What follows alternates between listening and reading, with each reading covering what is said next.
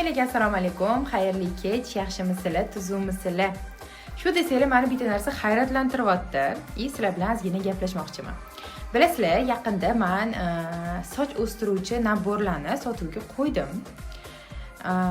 Menga ba'zilar nimagadir sochlaringiz hali ham siyrak-ku deb yozishyapti.